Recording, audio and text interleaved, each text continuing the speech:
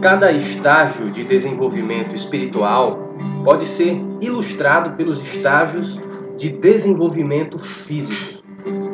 Por conseguinte, o cristão ele passa por vários estágios, se nós tomarmos como exemplo os estágios de desenvolvimento físico, do berçário ao jardim de infância, pela torturante adolescência espiritual, até o jovem e, por fim, ao adulto. Até aqui tudo bem, tudo em ordem, graças ao Senhor. Ebenezer, podemos dizer. Até aqui nos ajudou o Senhor. Mas o triste para alguns que estão na carreira de seguir ao Salvador é quando uma pessoa que já tem um substancial tempo de conversão nota que ainda age como um bebê na fé ou como um menino espiritualmente falando. Ele tem, durante a sua historicidade de sua carreira cristã, de que realmente não se esforçou como deveria, não seguiu ao Senhor como deveria, e tem a prova de que tem algumas atitudes que não condizem com a atitude de alguém maduro. E a palavra diz que o tempo ele deve ter uma influência.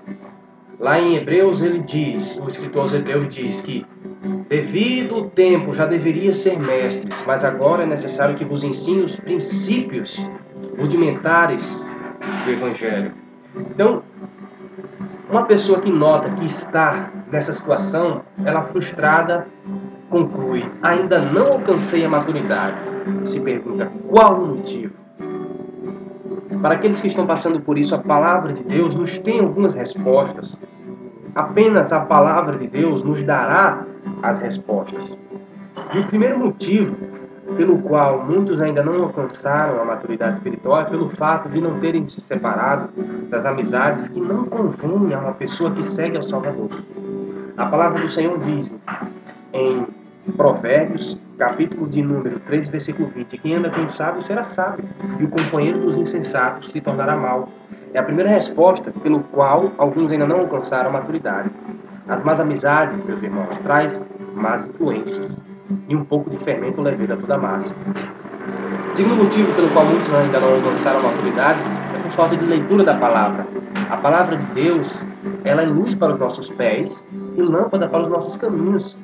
A palavra do Senhor é o aio, é o nosso guia. O Senhor, em sua santa e gloriosa palavra, nos diz: não provém o vosso erro de não conhecerdes as Escrituras, nem o poder de Deus. Examinemos as Escrituras Sagradas para ver onde nós temos errado, o que tem estagnado, o que tem deixado o nosso crescimento na casa do Senhor, na obra do Senhor, ficar inerte. Esse é o segundo ponto. O terceiro ponto pelo qual muitos ainda não alcançaram a maturidade é pela falta de oração, é pela falta de busca da presença do Senhor. Quem ora simplesmente adquire mais comunhão com o Senhor. E o Senhor Jesus disse que nós apenas venceríamos as castas de demônios que traz sobre nós tentações por meio de jejum e muita oração. Então oremos ao Senhor. O Senhor Jesus nos deu o exemplo de que sempre se retirava para o monte para orar. Foi ao Getsêmani para clamar ao Pai em meio àquela agonia que ele estava sentindo, que sua alma estava sofrendo até uma dor que poderia gerar até morte em seu ser físico, tanto que ele suou gotas de sangue. Ore ao Senhor, porque quando você orar, você vai comungar com o Senhor. E comungar fala-se a respeito de desfrutar das mesmas ideias, dos mesmos valores e sentimentos que o Criador Todo-Poderoso. Ore ao Senhor e você se tornará mais próximo do Criador.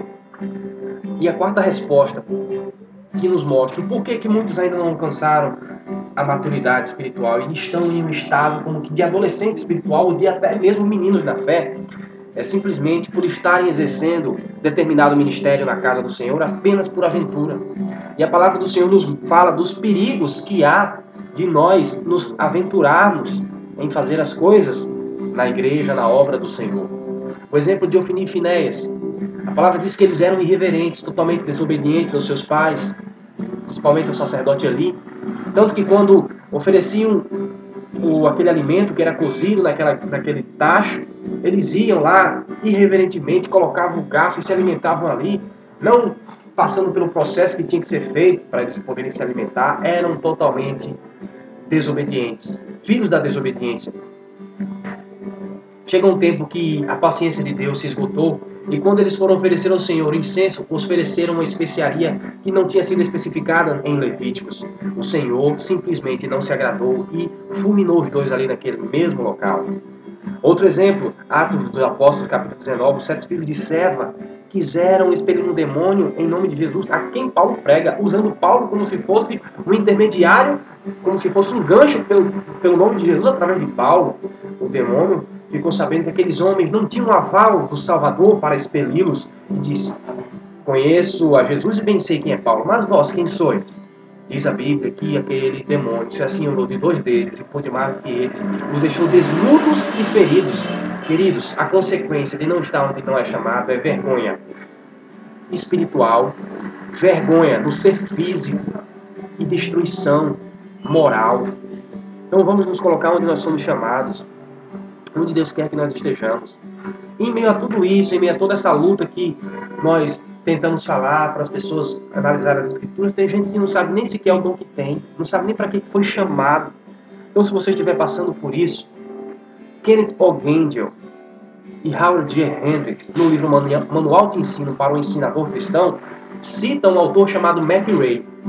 E citando McRae, eles dizem que o processo de descobrimento do dom espiritual deve ser iniciado com oração, esclarecimento pelo estudo, indicado pelo desejo, confirmado pela habilidade e acompanhado por bênçãos.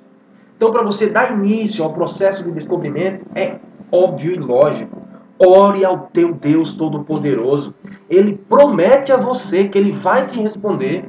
Ele não diz lá em Jeremias: clama a mim e responder-te-ei. Está saindo da boca do Todo-Poderoso, que Ele está dizendo que se você clamar, Ele vai te responder. Ele diz que vai responder coisas miraculosas a você. Anunciar-te-ei coisas grandes e firmes que ainda não sabes.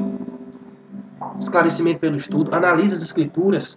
Paulo diz em 1 Coríntios capítulo 12, versículo 1, acerca dos dons espirituais, irmãos, não quero que sejais ignorantes. Leia tudo que você viu sobre dons e você vai ter a sua mente esclarecida. Indicado pelo desejo é o terceiro passo. Se você tem a chama, é um grande sinal de que Deus lhe chamou.